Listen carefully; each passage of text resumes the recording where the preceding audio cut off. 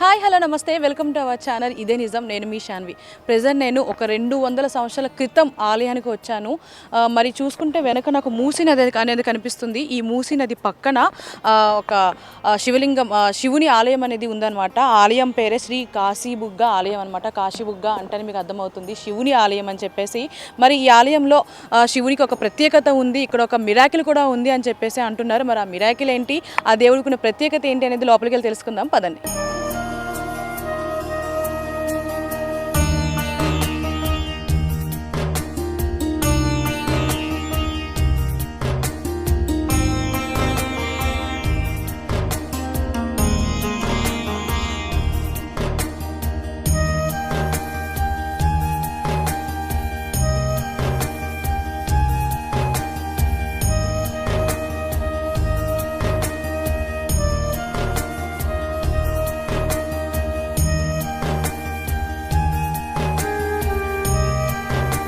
Present అయితే మనం ఆలయం లోపలికి అయితే వచ్చడం జరిగింది. ఇక్కడ ఆలయం లోపలికి ఎంటర్ అవ్వగానే స్టార్టింగ్లో మనకి మహావృక్షాలు కనిపిస్తాయి. ఈ మహావృక్షాలు ఏంటంటే మనం ఎంతో భక్తి శ్రద్ధలతో కొలిచేవే. అవి కూడా వేప, రావి, మర్రె, అల్లనేరేడు అండ్ అలాగే అశోక చెట్లు అనమాట. ఈ చెట్లు అన్నీ కలిపి ఒకే దగ్గర ఫామ్ అయ్యి మహావృక్షాలు అయ్యాయి అనమాట. అండ్ అలాగే ఈ చెట్లు చుట్టూ చూసుకున్న ముడుపులు అనేవి కనిపిస్తాయి. ఈ ముడుపులు కూడా అంటే ఈ ముడుపులు చూస్తే మనకు అర్థమవుతుంది భక్తులు ఎంతగా ఈ టెంపుల్కి వచ్చి నమ్ముతారు అని. ఇక్కడ ముడుపులు కట్టుకుంటే వాళ్ళ కోరికలు తీరుతాయని, అట్లా పెళ్లి కాని వాళ్ళు కానివ్వండి, లేదు అంటే పిల్లలు పుట్టాలన్నా సరే కోరికలు గుడికి వచ్చే వల్ల ఏంటి అంటే ఏమైనా బాధలో ఉన్నా లేదంటే మనసు బాగాలేకపోయినా అలాంటి టైంలోనే గుడికి వచ్చి ఎక్కువగా ఆ దేవుని దర్శించడం జరుగుతుంది. మరి అలాంటి వాళ్ళు ఈడికి వచ్చి వాళ్ళ కోరికలు తీరాలని చెప్పేసి ముడుపులు కూడా కట్టుకోవడం జరుగుతుంది. అండ్ అలాగే ఇక్కడ ఈ మహావృక్షాల ముందు వీరభద్రుడు అండ్ అలాగే అమ్మవారి విగ్రహాలు కూడా ఉన్నాయి. సో ఒకసారి మనం లోపల కూడా వెళ్ళి చూద్దామా. చెప్పా కదా ఈ గుడికి ఒక ప్రత్యేకత ఉంది అని, అదేంటి అనేది మనం లోపలికి వెళ్ళి చూద్దామా రండి. మనం ఇప్పుడు ఆ మహావృక్షాల దగ్గర నుంచి లోపలికి వచ్చడం జరిగింది గర్భగుడిలోకి. అంటే కింద అక్కడ లెఫ్ట్లో ఏంటి అంటే అక్కడ శివలింగం అనేది ఉంటుంది గర్భగుడి. ఇక్కడ వచ్చేసి లోపల చూసుకుంటే ఇది చూడ్డానికి అచ్చం ఇల్లులా ఉంటుంది, చూడ్డానికి ఒక గుడిలా అనిపించదు. ఎందుకు అని అంటే ఇది 200 years బ్యాక్ టెంపుల్ అనమాట. అప్పుడు ఏంటి అంటే ముస్లిమ్స్ హైదరాబాద్ కాబట్టి ముస్లిమ్స్ పాలన ఎక్కువ ఉండేది, ముస్లిమ్స్ హవా ఎక్కువ నడిచేది. మరి ఇక్కడ ఏంటి అంటే టెంపుల్స్ ఉండడానికి అంగీకరించే వాళ్ళు కాదు. సో ఈ గుడిని ఏంటి అంటే ఒక గృహలాగా నిర్మించారనమాట. ఒకసారి లోపలికి వెళ్తే మీకు క్లారిటీ వస్తుంది గృహ అని ఎందుకు అన్నాను అంటే చూస్తే మీకు అర్థమవుతుంది గృహలానే ఉంది అని చెప్పేసి. అండ్ ఇక్కడ అలానే స్తంభాలు కానీ చూడడానికి కూడా ఒక ఇల్లులానే ఉంది తప్ప చూడడానికి ఒక టెంపుల్లో ఉన్నాము అన్న ఫీల్ రాదు. ఎందుకంటే వాళ్ళకి తెలియకుండా దేవుడిని ఇక్కడ పూజించేవాళ్ళు అనమాట. ఇక్కడ దేవుడు ఉన్నారు అని ఎవరికి తెలియకుండా ఇక్కడ పూజించేవాళ్ళు. అండ్ అలాగే ఇవి రీసెంట్గా ఇక్కడ ఒక విగ్రహాలు అనేవి పెట్టారనమాట. ఇక్కడ ఒక వినాయకుని విగ్రహం అండ్ అలాగే అమ్మవారి విగ్రహం, పక్కనే అక్కడ నాగదేవత అండ్ అలాగే ఈ పక్కన ఏవైతే ఉన్నాయో లోపల హారతి జరిగేటప్పుడు కానీ లేదంటే మహాశివరాత్రి ఆ టైంలో ఏంటంటే ప్రత్యేకంగా దేవుణ్ణి ఎక్కువగా భక్తి శ్రద్ధలతో ఎప్పుడైతే భక్తులు వస్తారో ఆ టైంలో దేవుని ప్రత్యేకంగా ఈ 2 ఆభరణాలు పెట్టి ఆ లింగం మీద పెట్టి హారతి కూడా అవి చేస్తారనమాట. అండ్ అలాగే ఈ లోపల గంగా భవాని మాత కూడా ఉన్నారు. ఇక్కడ కనిపిస్తుంది కదా ఇవే లోపలికి వెళ్తే మనకి గంగా భవాని మాత కూడా కనిపిస్తారు. ఒకసారి లోపల కూడా వెళ్ళి చూసేద్దాం.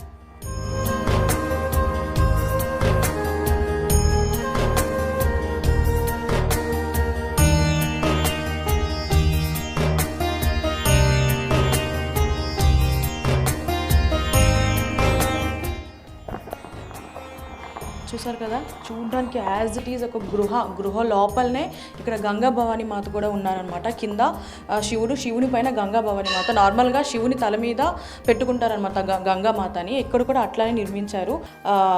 ఇక్కడికి వచ్చి దర్శనం చేసుకుంటే మనకు కూడా అంత ప్రశాంతంగా ఉంటుంది. ఈ లోపలికి వచ్చినా సరే ఇది ఎప్పుడు 1862లో ఈ గుడిని స్థాపించారు, ఇక్కడ నిర్మించారని చెప్పేసి అంటున్నారు. కానీ ఇక్కడ చూస్తే ఈ గృహాలు చూసినా సరే ఏంటంటే అంతకు ముందే 200 years కాదు అంతకు ముందే ఈ గుడి ఉందేమో అన్న ఫీల్ అయితే వస్తుంది. నాకు తెలిసి ఇక్కడ ఏంటి అంటే ఆర్కియాలజీ డిపార్ట్మెంట్ కూడా ఇది 1862లోనే కాదు అంతకు ముందే ఈ ప్లేస్ అనేది ఉంది అని చెప్పేసి వాళ్ళు కూడా చెప్పడం జరిగింది. అండ్ ఇక్కడ కూడా చాలా వేడిగా ఉంది. చెప్పాను కదా గృహలో ఉన్నామని చెప్పేసి చాలా వేడిగా ఉంది. కానీ ఇక్కడ అమ్మవారిని చూస్తే ఆ బాధ అనేది తెలియట్లేదు, ఏదైతే వేడి ఉందని తెలియట్లేదు. చూడంగానే చాలా నిర్మలంగా ఉంది అమ్మవారు ముఖం కూడా మీరు కూడా చూశారు. అండ్ అలాగే ఇక్కడ రైట్లోనే మనకి శివలింగం గర్భగుడి అనేది లోపల కూడా ఉందన్నమాట. అక్కడ కూడా వెళ్ళేసి ఒకసారి శివలింగాన్ని కూడా దర్శించుకుందాము. అక్కడ మీకు ఒక ప్రత్యేకత చెప్తాను. ఆ లింగానికి ఉన్న ప్రత్యేకత ఏంటి, అక్కడ ఒక స్పెషల్గా ఒకటి ఉంది, అది కూడా మీకు చూపిస్తాను. ఒకసారి వెళ్దాం. మరి ఇక్కడ చూసుకుంటే మనం ఇప్పుడు గంగాభవన్ అమ్మవారిని చూసాం కదా, అక్కడ నుంచి కొంచెం రైట్కి వచ్చాక స్టెప్స్ ఉంటాయన్నమాట. చెప్పారు కదా ఇక్కడ గృహ లోపల స్వామివారు వెలిసారనమాట. మరి గృహ లోపలికి మెట్లు దిగి కిందకు వస్తే ఇక్కడ కింద మనకి వాటర్ కనిపిస్తుంది. జనరల్గా టెంపుల్స్కి వెళ్ళే ముందు బయట వాటర్ అనేది పెడతారనమాట. కాలు కడుక్కొని చేతులు కడుక్కొని తల మీద వాటర్ వేసుకొని గుడి లోపలికి వెళ్ళాలి, గర్భగుడి లోపలికి వెళ్ళాలి అని. ఇక్కడ ఏంటంటే ఈ వాటర్ ఎప్పుడు ఇట్లానే ఉంటుంది, వాళ్ళు క్లీన్ చేస్తూ కూడా ఉంటారనమాట, వాటర్ చేంజ్ చేస్తూ ఉంటారు. ఒక సుమారు ఒక 2 to 3 మీటర్స్ వరకు ఉంటుంది అని చెప్పేసి అంటారనమాట. సో ఇక్కడ వాటర్ కడుక్కొని లోపలికి స్వామివారిని దర్శించడానికి వెళ్ళాలన్నమాట. సో మనం కూడా లోపలికి వెళ్దామా ఇంకా. సో లోపలికి అయితే వచ్చేస్తే ఇక్కడ చూస్తే ఇక్కడ ఒక ప్రత్యేకత ఉంది అని చెప్పాను కదా, అది మీకు ఎక్స్ప్లెయిన్ చేస్తాను రండి. మనం చూసుకుంటే గర్భగుడి లోపలికి వచ్చేసాక శివలింగం చూడండి. నార్మల్గా శివుడు ఏంటి అంటే అభిషేక ప్రియుడు అనమాట. అభిషేక ప్రియుడు అట్లనే అక్కడ వాటర్ కూడా చూసుకుంటుంటే వాటర్ ఫ్లో అవుతుంది. ఇది ఇప్పుడు మాత్రమే కాదు, కొన్ని నిమిషాలకి కొన్ని గంటలకి మాత్రమే కాదు, ప్రతిరోజు 24/7 365 డేస్ కూడా ఇక్కడ వాటర్ అనేది ఇట్లానే ఫ్లో అవుతుంది. ఇట్లానే అభిషేకం జరుగుతూ ఉంటుంది నిత్యం. చెప్పాను కదా శివుడు అంటేనే అభిషేక ప్రియుడు. అండ్ ఈ టెక్నాలజీ అనేది ఇప్పుడే కాదు, 200 years బ్యాక్ వచ్చింది. మరి అందరికీ డౌట్ ఏంటంటే ఇక్కడికి వాటర్ ఎట్లా వస్తుంది, ఇంత నీట్గా వస్తుంది. చూసుకుంటే వాటర్ చూడండి, నేను ఒకసారి పట్టుకొని చూస్తా, చాలా నీట్గా వాటర్ అనేది అస్సలు ఇంత దుమ్ము ధూళం అనేది కూడా కనిపించట్లేదు. అండ్ అలాగే ఈ వాటర్ ఏంటి అంటే ప్రతి ఒక్క భక్తులు నమ్మేది ఏంటి అంటే ఈ వాటర్ తాగితే మనకి ఎటువంటి రోగాలు ఉన్నా, ఎటువంటి ప్రాబ్లమ్స్ ఉన్నా, హెల్త్ ఇష్యూస్ ఉన్నా సరే క్లియర్ అవుతుంది అని చెప్పేసి ప్రతి ఒక్క భక్తులు నమ్ముతారు. అండ్ అలాగే ఈ వాటర్ని బాటిల్లో వేసుకొని ఇంటికి వెళ్ళే వాళ్ళు కూడా ఉంటారనమాట. చాలామంది చెప్పడం కూడా జరిగింది, క్యాన్సర్ ప్రాబ్లం ఉన్న వాళ్ళు కూడా నాకు కొంతమేర క్యూర్ అయ్యింది అంటే, పూర్తిగా ఏమో తెలియదు కానీ కొంతమేర దీనివల్ల ఉపయోగపడింది అని చెప్పే భక్తులు కూడా ఉన్నారు. అంత స్పెషాలిటీ ఉంది ఈ వాటర్. మరి ఈ వాటర్ ఎక్కడి నుంచి వస్తుంది అనేది కూడా మీకు చెప్తాను. ఇక్కడ రైట్లోనే, ఇక్కడ స్వామివారికి ఇక్కడ లెఫ్ట్లోనే ఒక గృహ లాంటిది ఉంది. చెప్పాను కదా ఇదంతా గృహలోనే ఏర్పాటు చేశారు ఈ గుడి.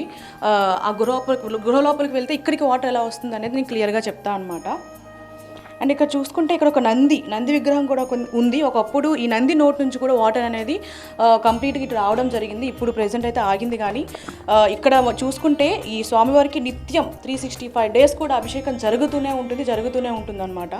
మరి ఈ టెక్నాలజీ ఏంటి, ఇంత ప్యూర్గా ఎలా వాటర్ వస్తున్నాయి అనేది మీకు నేను లోపలికి వెళ్ళి ఎక్స్ప్లెయిన్ చేస్తాను. వచ్చేసాయండి. ఇంకా చూసుకుంటే మనం గర్భగుడి నుంచి లెఫ్ట్ సైడ్కి రావడం జరిగింది. ఇక్కడ వీరభద్రుడు, అలాగే బ్రహ్మదేవుడు అండ్ అలాగే నారద స్వామి విగ్రహాలు కూడా ఉన్నాయి. జనరల్గా ఈ కాంబినేషన్ అనేవి మనం చాలా రేర్గా చూస్తూ ఉంటాము. ఈ విగ్రహాలకి ముందునే ఒక ఊట అనేది ఉండడం జరిగిందనమాట. ఈ ఊట చూసుకుంటే ఇప్పుడు నేను స్వామివారికి అభిషేకం జరుగుతుంది అని చెప్పాను కదా, అభిషేకం వాటర్ ఈ ఊట నుంచే ఆ స్వామివారి దగ్గరికి వెళ్ళడం జరుగుతుంది. మరి ఈ ఊటకి వాటర్ ఎలా వస్తుంది చూసారు కదా, ఇక్కడ ఎంత నీట్గా ఉంది ఊట కూడా. చాలామంది ఇందులో కాయిన్స్ కూడా వేస్తారనమాట. కాయిన్స్ కూడా చాలా క్లియర్గా కనిపిస్తాయి ఈ వాటర్ నుంచి లోపలికి చూస్తే. అండ్ అలాగే ఈ వాటర్ అనేది ఇదే లెవెల్లో ఉంటుంది. మనకి వరదలు వచ్చినా లేదంటే లైక్ వర్షాలు ఎక్కువ పడినా సరే ఈ వాటర్ లెవెల్ అనేది ఇంతే ఉంటుంది. ఎప్పుడు ఈ వాటర్ పైకి రావడం కానీ ఇట్లా ప్రాబ్లమ్స్ రావడం కానీ ఎప్పుడు జరగలేదు. ఈ వాటర్ చాలా ప్యూరిఫైగా ఉంది.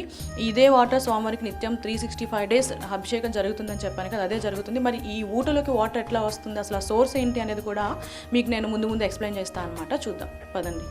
సో నేను గర్భగుడి నుంచి బయటికి రావడం జరిగింది. మరి నేను ఆల్రెడీ చెప్పాను కదా ఆ ఊటలోకి వాటర్ ఎట్లా వస్తుంది, ఆ సోర్స్ ఏంటి అనేది. ఆ సోర్స్ ఇక్కడే ఉందన్నమాట, రండి చూపిస్తాను.